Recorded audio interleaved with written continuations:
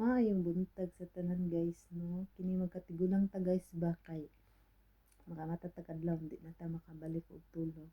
So amo ni nag-idara naman ta, so nakoy pakita sa inyo ha guys. Naggrocery man si nanay gahapon guys, so iya kong gipalitan kini para sa akong mga anak guys.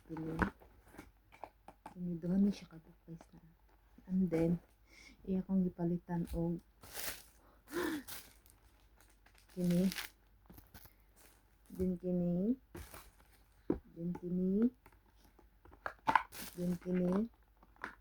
and then last kini.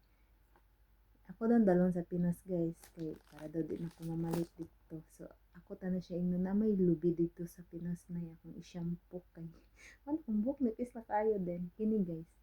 Roll on dili man jud ko mo roll on guys kanang sukad pa sa ko ang pagkadaga wala ko ni gamit roll on tawas wala nya iyang gipalitan ako na lang gidawat kay basin ay kanang gusto ani ba pang babae man ni guys sumot kay ni siya guys akong ihatag so thank you for watching guys.